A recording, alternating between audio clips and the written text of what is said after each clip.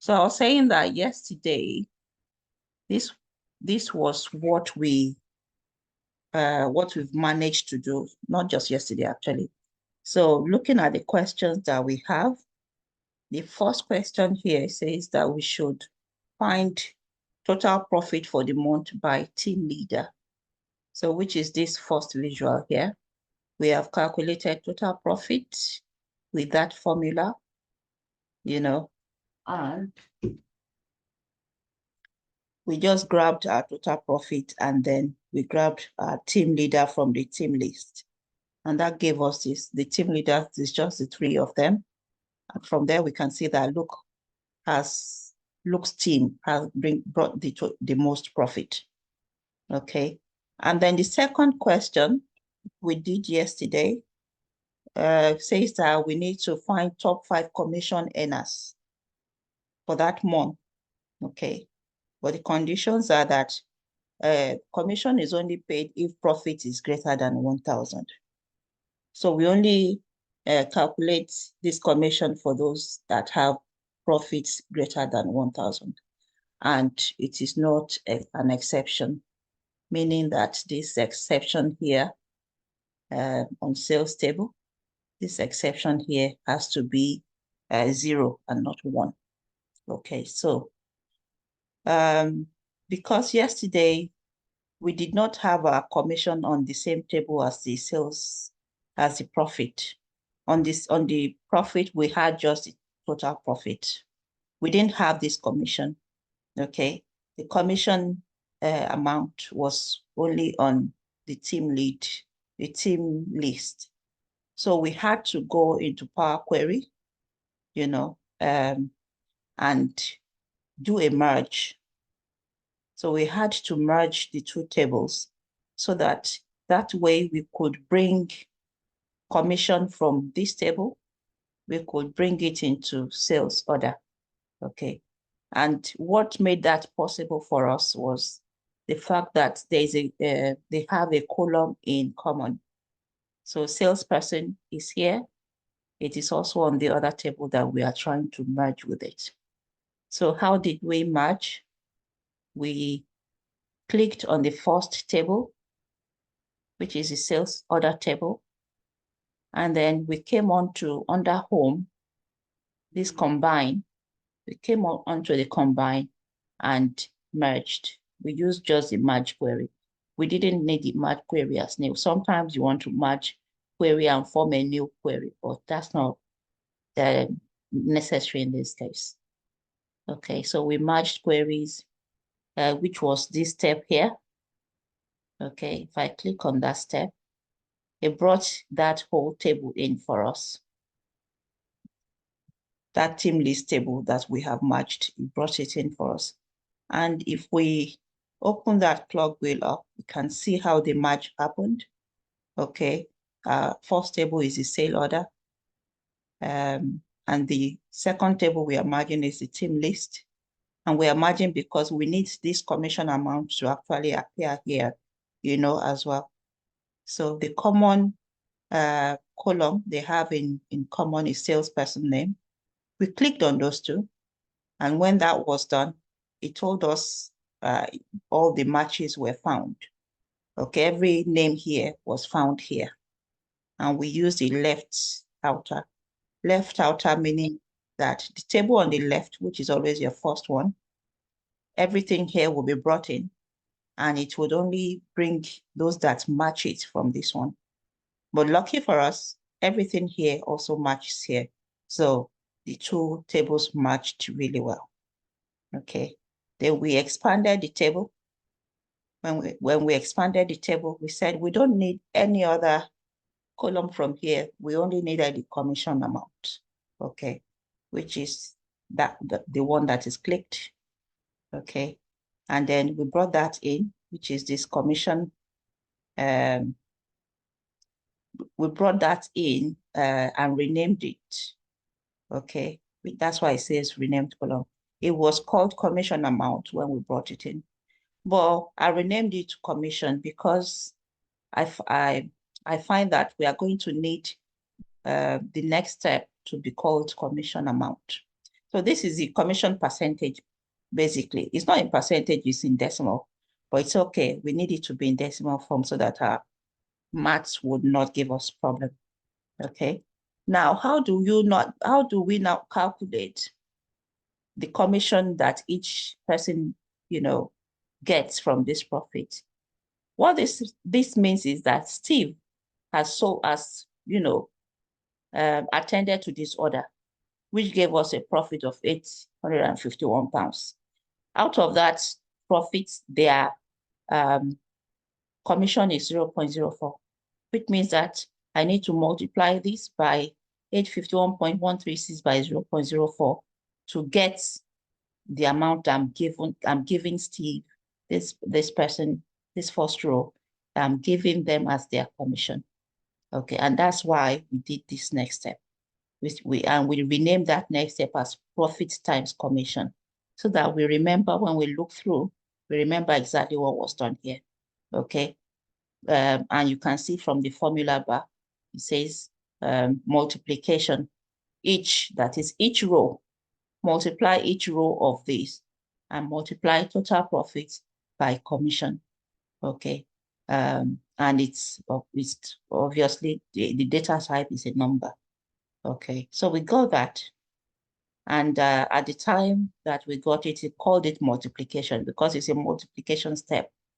But we renamed it from multiplication here to commission amount. So this is the amount each person is getting.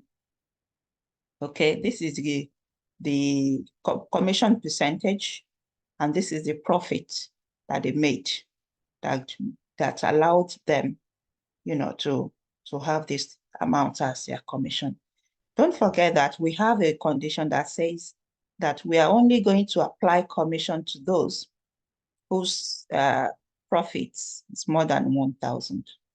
Okay, so, but for now, at this stage, we've just calculated for everybody, whether their profit is more than 1,000 or not. Okay, so we've calculated for everybody, but for the visual within our visual that we will present, that's where we did that modification. Okay, so what we've done, now that we have commission amount, again, we came here to create the measure. Commission amount is already here. It's already in the sales order. And it's this one here. See, commission amount. This one here. We could have easily dragged the commission amount into our visual. We'll be fine. But again, talking about best practice, it's always good to calculate these numbers, as a measure and use them in your visual as a measure, which is why we just came here and did a simple sum. Okay, in our DAX, we just say just sum up the commission amount column for me. That's what this means. Okay, so when that has been summed, we got this visual again, and we clicked on the commission amount, total commission, and we dragged the salesperson. The salesperson is on the team list. We drag that salesperson name. We dragged everything here. Okay. Now, we can now come into the filter. Okay. And was it yesterday that we got introduced to the concept of filter? Okay. Now, this filter pane here allows you to filter your visual in the way that you need it to appear. In our own case, we need the top 5 commission earners. Okay. So we came to the salesperson name and used it's asking us filter type. Now, because we just need to filter this visual, we are performing this under filter on this visual. Okay. Because filter on this visual, there's different filtering levels that we can use here. There's filter on this visual, and there's, if you scroll down, there's filter on this page. So if you do anything on this filter on this page, say segment here, it would apply the filter to everything that's on the page. Okay, if I had, decided, let's do a practice. If I decide to drag a salesperson name here, salesperson name, if I decide to, what's the best one that would, okay, salesperson name, filter on this visual, and there's different filter type. Says, am I doing basic filtering? Okay, basic filtering allows you to select and unselect, values or people. Say I'm only using this page because I've said filter on this page. I only need this page to show me information for names of people starting with A. I'm just going to click all the A's. Okay. And that's it really. I can scroll down more. Can you see? Only all the A's. That's basic. That's what basic filtering. Basic filtering allows you um, to check and uncheck the values that you are given here. Okay, that's how basic filtering works. So two things I've explained in this segment: the concept of filter on this page and filter on this visual. If you are only filtering on a particular visual, you click on the visual and make sure everything you are filtering happens within this segment, not in this segment of filter on this page. We only use filter on this page if you want all your filter that you are applying to apply to the whole page. Then if I remove that and take that out. So we have filter on this page. Then we have filter on all pages. So if I need whatever the filter is to apply to all the pages that I have in this report, then I'll be dragging whatever I'm using to filter to this point. So there are three parts to this filter pane, this filter. We have filter on this visual, which is the smallest level. You are only filtering on a particular visual. Then we have filter on this page, which allows you to filter the whole page with whatever you apply here. Then we have filter on all pages, which affects all of your report. If I have page 2, page 3, page 4, page 5, whatever I do on here would affect all of the other pages, despite the fact that I'm doing the filtering here. So that's how to use this filter, you see. And apart from basic filtering that you saw me do before, which would allow you to check and uncheck your values. We also have advanced filtering. Advanced filtering would let you, do different, maybe like I said before, I want to say where the name contains the letter A, okay? If I want to say that only do this for where the name contains letter A, you will see all of the non-A, anything that doesn't contain A here will disappear because I'm on filter on this. So if I do that, you see, everything we see here, every name would be names that have an element of A in them. Okay, that's advanced filtering. If I want to say start with, if I want only those that start with an A again, you see, only names that start with A are happening. So you just never know when you would need this particular function to use. It's not Albert, okay? I'm saying I don't want do this for everybody, but not for Albert. Albert is the first name here. We'll see that it will disappear, okay, because I filtered that name out. Okay, so advanced filtering just gives you different options to work with.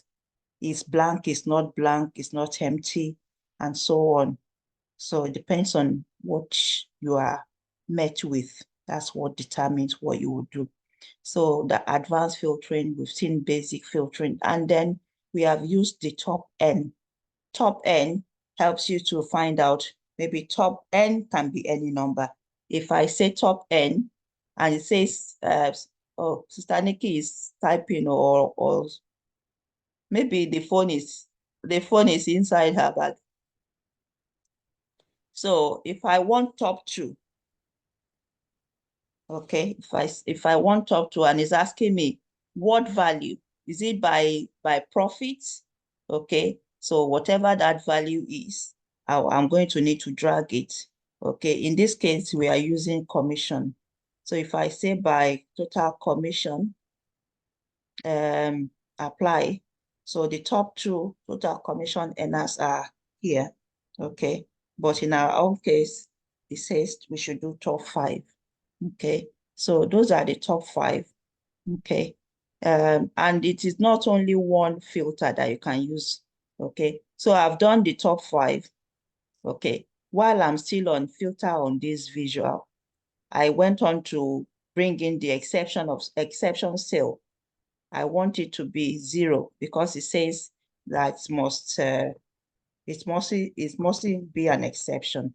So 0, and that gives us that condition.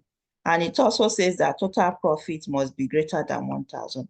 So I dragged total profit in and used, I think it's advanced filtering now. Okay, and I condition it to, it has to be greater than 1,000, and I applied it. Okay, so that's a simple way to answer that question.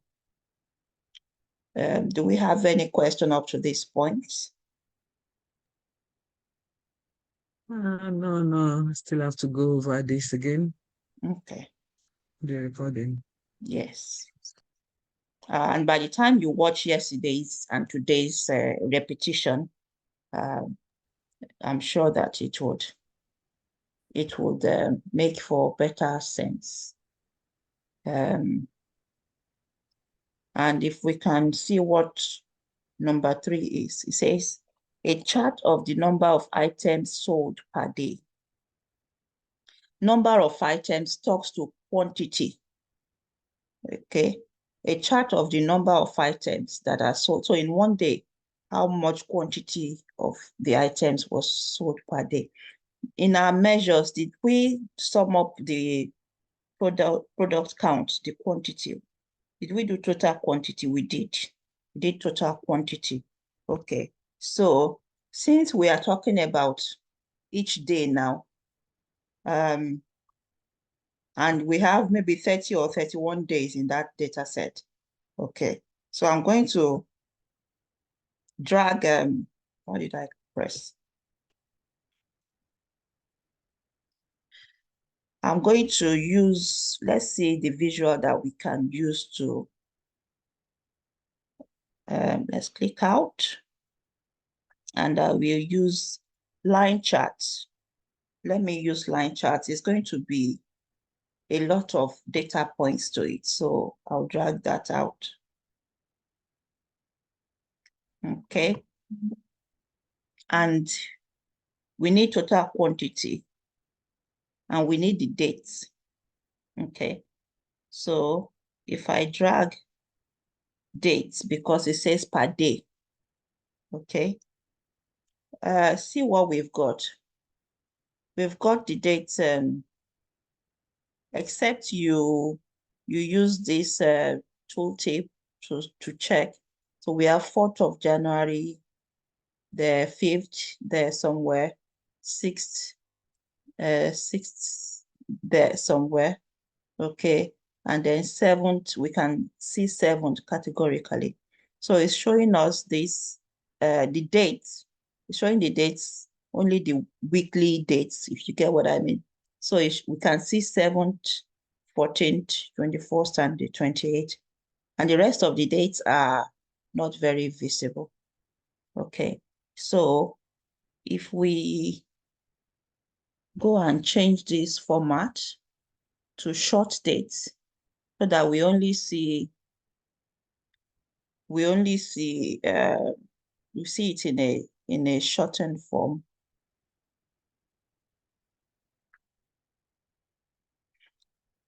I want something where we will see day 1, day 2, day 3. So 1st January, 2nd January, 3rd January. Okay, that's what I want. This visual already answers our question, but our job is to make sure that people can understand the visual. They don't need to stress before they see that, okay, on the 4th of January or on the 1st of January, this is how much quantity of products that we sold. This is how many products that we sold. I'm going to put comma 1,000 separator on that as well. Okay, so to show trend, your line chart is always what works best. So if I go into the paintbrush and see if there are different modifications that I can do to it, that would make sense. Okay, under x-axis, which is this axis here, x-axis here, at the moment it's saying it is a continuous type. So if I click down and put categorical, okay, so categorical gives me what I was craving, which is the date for each day. Okay, so we have this, we can see 4th, we can see 5th, 6th, up to the 30th, you know, of January. Okay, so that's bringing it home gradually for me. Okay, so what else? It's talking about the maximum height. If we are thinking that, okay, this visual is not really helping to exactly what I want to see. If I decide to use this, would it use this? Does this make it more readable for everyone rather than the lines? What do we think? This looks better. Okay. Because yes, I think so too. I think this is more more reader friendly for anyone that's not very technical. They can see where the bars are high. I can see that on this particular days, we had good sales, and where the bar is lowest, I think is this one. So this is more easily seen. In fact, let's do a comparison. So I'm going to make a copy and paste. And I'm just going to cover this for a second and change this back to line. Okay. And it's just for us to compare what's happening. Okay. So if you really didn't understand anything about charts, which do you think would give you a better view of what's really happening? Is it the top one or the bottom one, and why? The bottom one, explain it in a layman. Okay. And the upper one is a technical visualization. Okay. Thank you, Ma. Yes. And because the line chart's trying to join all the points together, you see, it's not just appearing as one dot here, another dot here, another dot here. It tries to join all the points together. So that may make you see, it may make it seem like we have data where we don't have data. Okay. But anytime we are looking at the trend of something, we are always advised to use the line chart. Okay. And I mean, looking at this, this looks like the lowest, which is the same as what we have here as well. The lowest, the day that we had the lowest sale. And I don't know, out of this and this point, so this is 1,060,000, this is 1,047,000. Those 2 points they seem to be the highest point. But whichever one you feel it's about your audience at the end of the day, whichever one you feel they would interact with better, understand better, that would be the one that you go for. If we go back to the question, just want to see a chart of the number of items sold per day. You just want to see not necessarily the trend, but how much did we sell each day. So I'll go for the bottom one based on how that question was put to us. It's not telling us that I want to see the trend. It's just saying, I just want to see how much was sold per day. Okay. And then we'll format that to actually give us a better idea of how to place the numbers. We'll use data labels to place the actual number of sales, quantities rather, on the bars, on the different bars or columns there. Okay. But so far, so good. We have not even, necessarily started to arrange anything yet. We are just building our charts. Okay. And a list of the fruits available for season 3 with fewer than 10,000 in stock. A list of the fruits available for season 3 with fewer than 10,000 in stock. Okay, so if we go back and see what this question is about, and it was be here. Is it here or fruit list? It's in the fruit list. So we only need where it is available for season 3. Okay, no, where season 3 availability is true. And also where it is fewer than 10,000. So fewer than 10,000, if it's fewer than 10,000 is true. So if it's not fewer than 10,000 is false. This is the list that we need if I understand that question right. Okay, so let's look at the question again just to be sure that that's the interpretation. So it says a list of the fruits available for season 3. So season 3 has to be true with fewer than 10,000 in stock, and fewer than 10,000 has to be, where is it again? Excuse me, how do you know that it has to be true? Because this is where it says season 3 available. Season 3 available is a true or false. So let's clear our filters. Season 3 available, true or false? Okay. So it says it has to be available for season 3 according to that. So two things to note.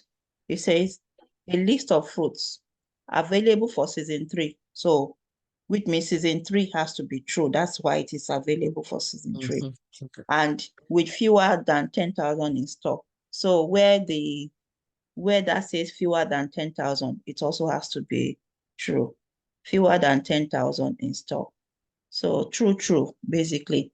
So this has to be true because it says it has to be available, and this has to be true that it is fewer than 10,000.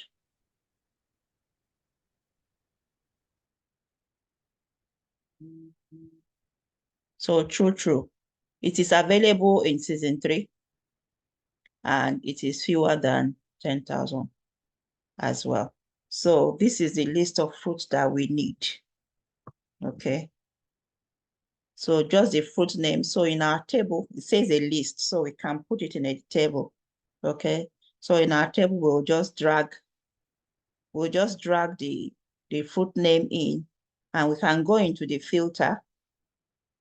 We drag season 3 in, tick where it is true, drag fewer than 10,000 in, tick where it is true.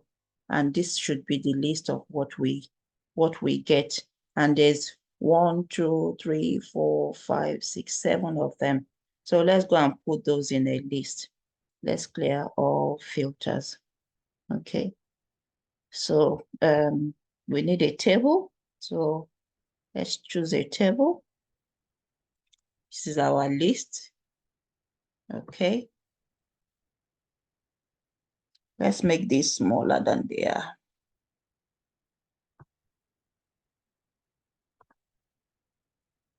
Just to create a bit of space for us.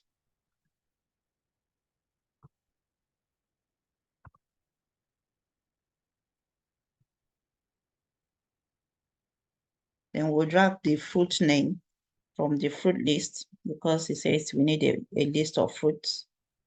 So we drag the fruit in, the fruit name. So we have all of them here. But it says season 3 has to be true. So I'll drag season 3 to where it says filter on this visual. Okay.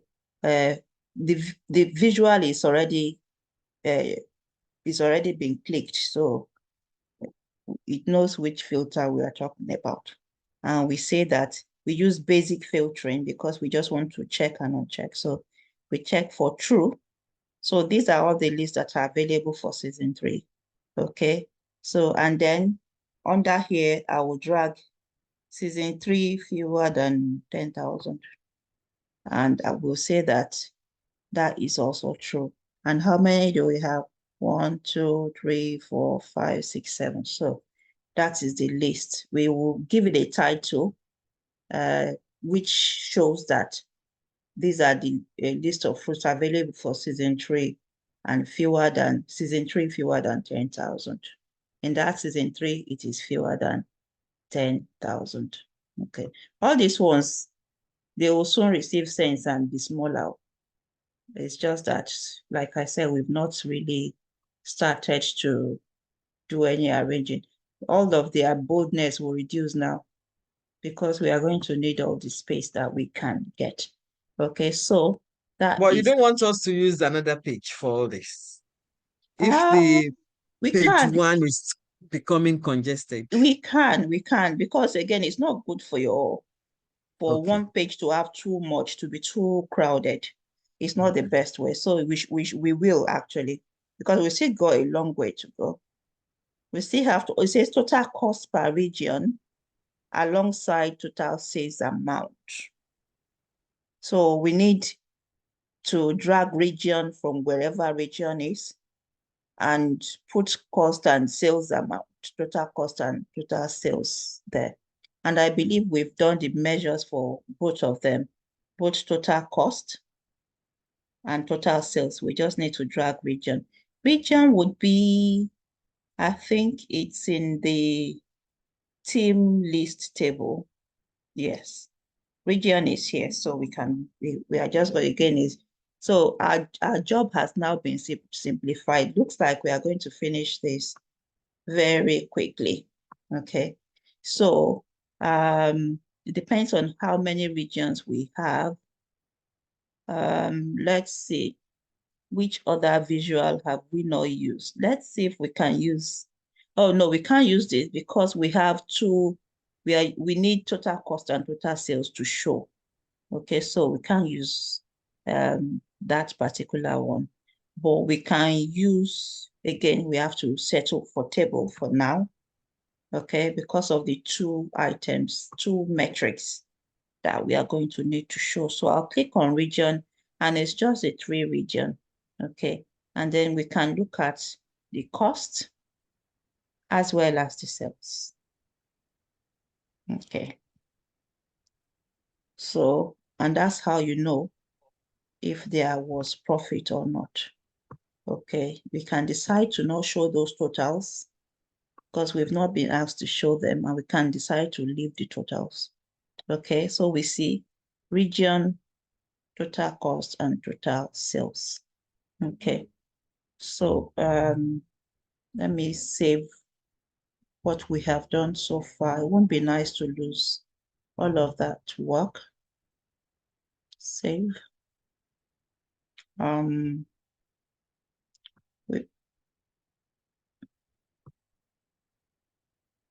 Okay, so we're going to need another page now.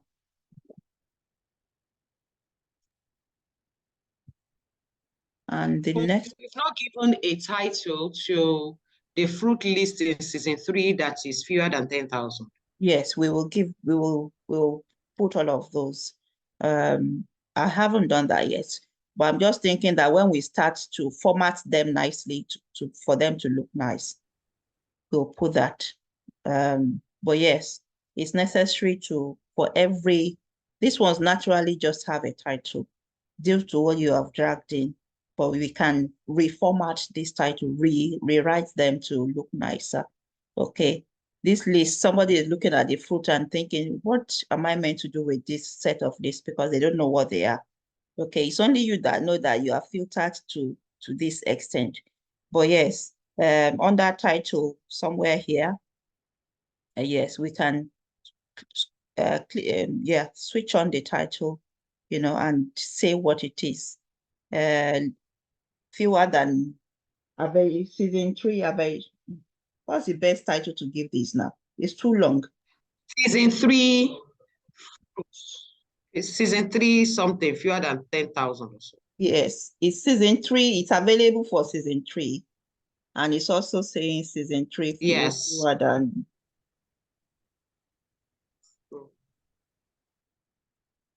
Fewer than 10,000. Let me put. But fruit list has to be there. Season 3 fruit list.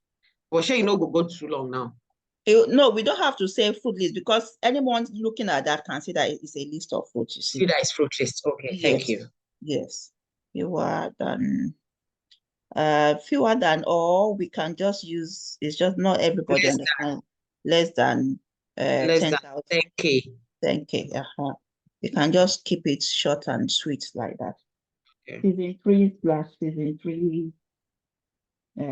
Fewer than, yeah, that's what that is. And the owners of the data, they will understand the logic of it as well. That's the meaning of it as well anyway. And the same goes for this. What did we do here? This is just total cost and sales by region. So total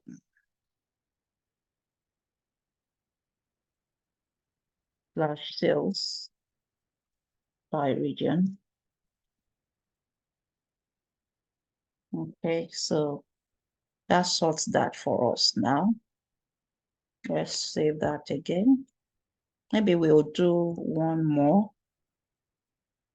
And this says, we've done this. Total cost per region alongside total sales amount. It says average commission paid by ops manager with the number of sales that led to this. Right, this is interesting. Average commission paid by ops manager. Okay, so we haven't calculated average commission yet. Okay, so we are going to need to, we've calculated total commission, not average commission. Okay, so we'll need to introduce the average, again, new measure now, and it's going to be, instead of sum, we are going to say average commission.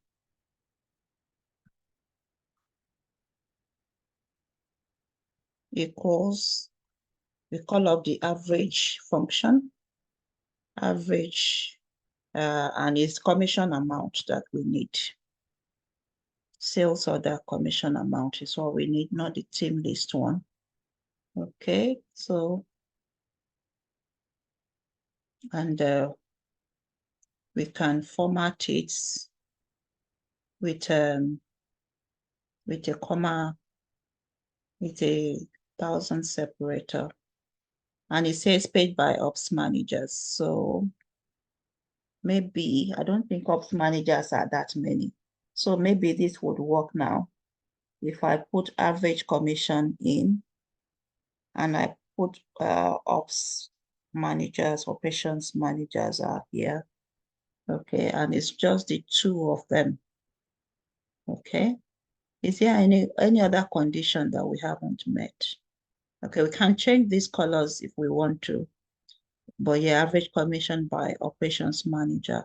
If we go into our table, are those the only, it's just the two of them. Yeah, it's just the two of them. Yes. And if I go back in there, says average commission paid by us with the number of sales that led to this. Number of sales now. Number of sales is talking, it's not talking about the quantity of items sold. Is number of sales is like we are counting this. Let me show you from the table. So under ID, this first ID was generated for the first sales. The second generated for the second sales. So number of sales that happened within this data will be each row. Okay, so row 1, row 2, row 3, row 4, row 5, row 6, okay, up to however many rows that we have. That's the number of sales, you know. So we are going to need to count. We are going to need to do a count for us to get the number of sales. Does that make sense? Yes, please. Okay. So to count number of sales, another measure, we can use the count. We can just count the rows. So we can use count rows. So number of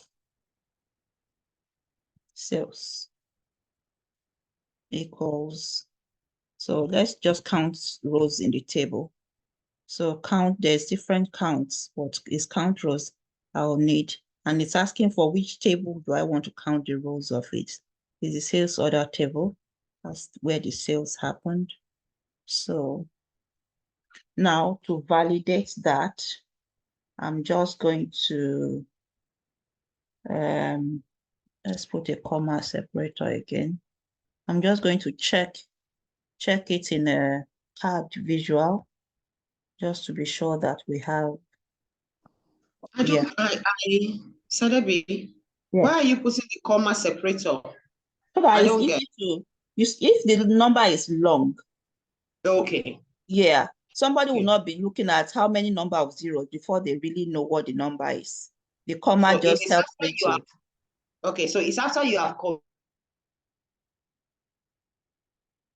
You are muted, or I can't hear you anymore. Because I don't understand. You went off. Maybe when you pick another one. You went off for a bit. You said it is after what? Okay, after you have committed the formula, you now click on the comma separator. Yes. Or if you have continued working, it's not compulsory that it's after you have committed it that you click this comma separator. It could be that I've already started working with it.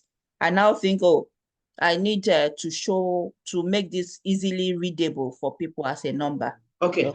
I can just come and once I click on the visual, I can just. Yes. Immediately I click so once I click on the visual, I can just not the visual. Once you click on the measure itself. Okay. Yes, the measure, then this place would open up for you to see all this comma and stuff. Yes.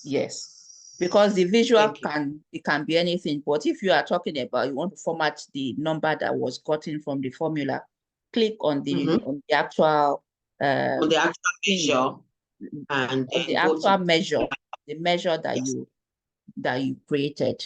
You can always, if for example I didn't put it on profit margin before, you see, if I click on profit margin, whatever I need to do, I can do here. If I click on Steve's profit, okay, whatever I need to do. So to form, it's just your formatting. So to format any number, click on where the number is coming from. Total commission now, I didn't put, so I click on that and I put a comma there, okay, and it works on it for us. So this is correct. We have 5,000 rows. Okay. And the question was that we should, the question is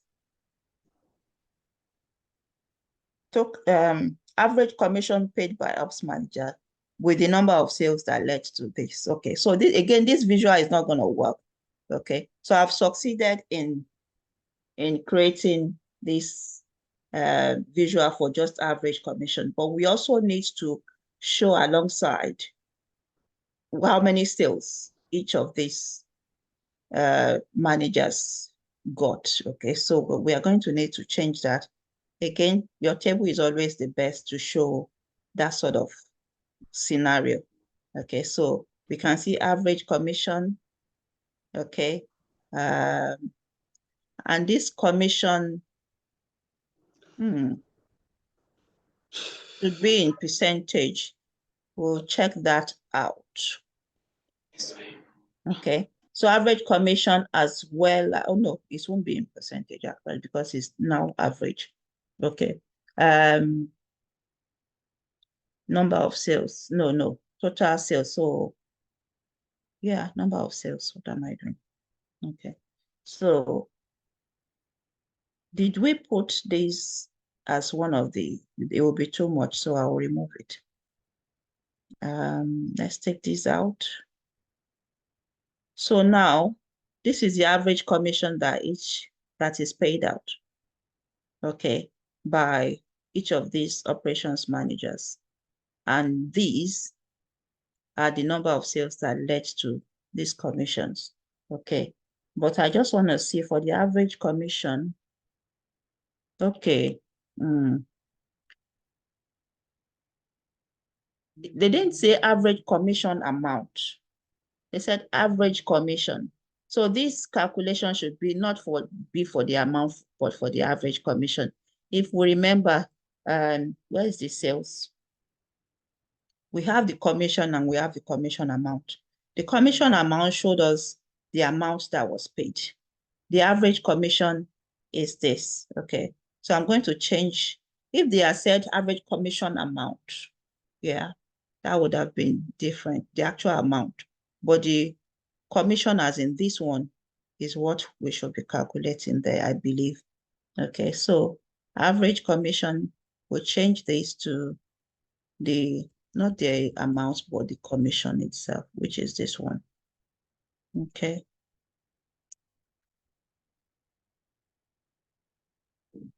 Okay.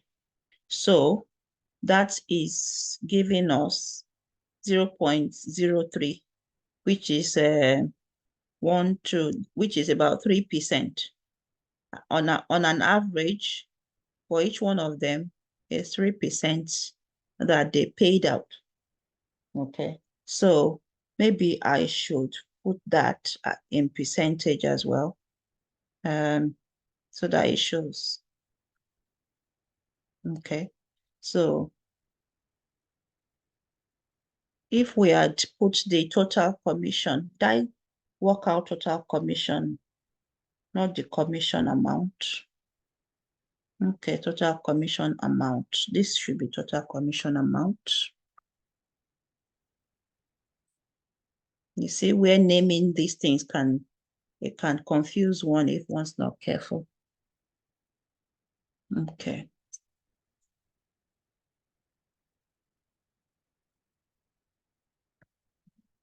Okay. So 1,227 sales led to this average commission, and 3,773 sales led to this commission, you know, for each one of these operations managers. Again, this is where our interpretation of the problem is really important. We have to, if the question is not very clear, okay, for example, this one where we're saying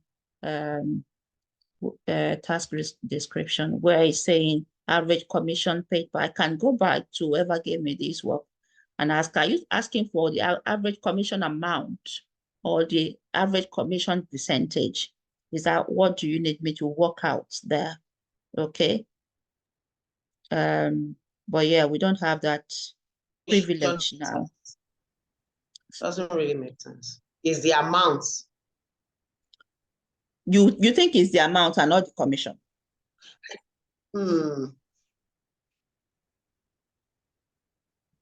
Well, it's fine. At least we understand we understand that understand we what can always go back yes. and clarify. Now, chart showing the most Yeah. profitable day of the week. I think we already saw the most profitable day. Did we? What was that? What was that chart we did for the whole day? Most profitable day. That's not quantity. Okay. So chart showing most profitable day in 1 second. This one we are definitely going to need the line graph, the line chart. Okay. So most profitable day, and we'll drag our profit and dates in. Okay, so total profit. This total profit is profit that we calculated. Okay, you see, we can't use this total profit. We used it. The calculation we did for this particular total profit was for, when we were doing Exceptional. where exception of sale is 0. But Yes. this particular one did not give us that condition. So we have to do another total profit where everything is considered, if you get what I mean. Full total profit. Full total profit is what we need here. So we have profit in your measure, the one already done. Up there, Yes. Profit alone. This one. Yes. Yeah. Oh, okay, yes, we can use this. This is fine to use because total sales minus total cost. Yes, we can use this one. Okay, so I'll put that and I'll put the date.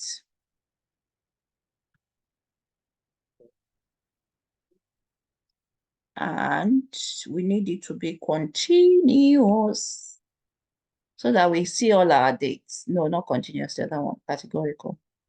Okay, and is it very obvious here what our most profitable days? Which day is the most profitable?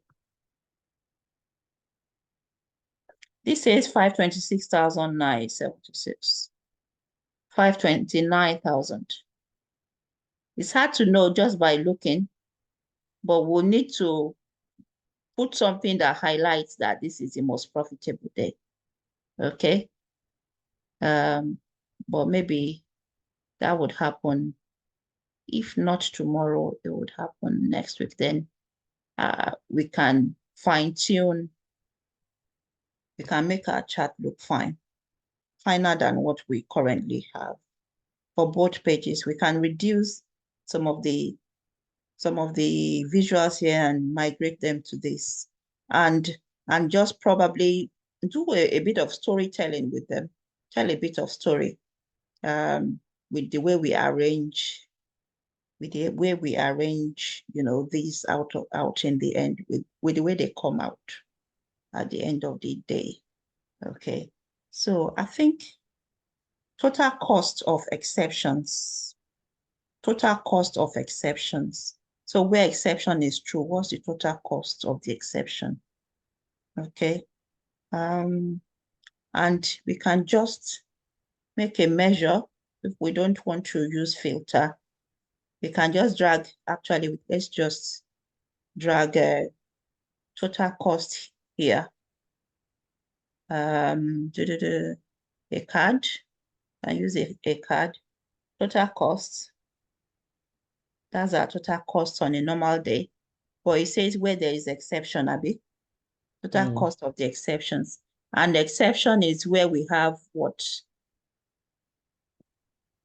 What did we 0. call it? Exception is the 0.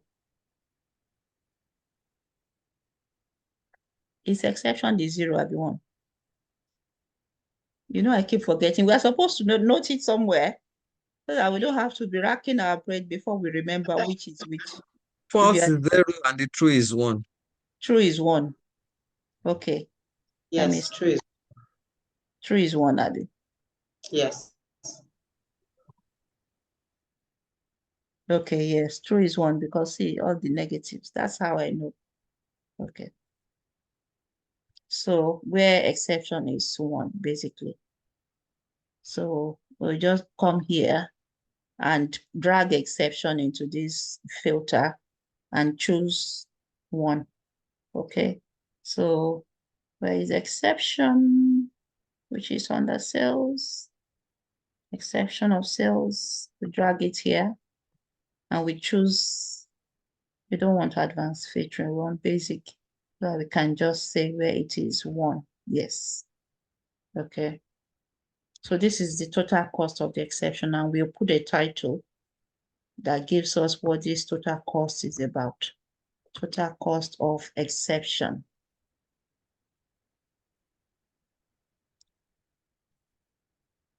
So total cost.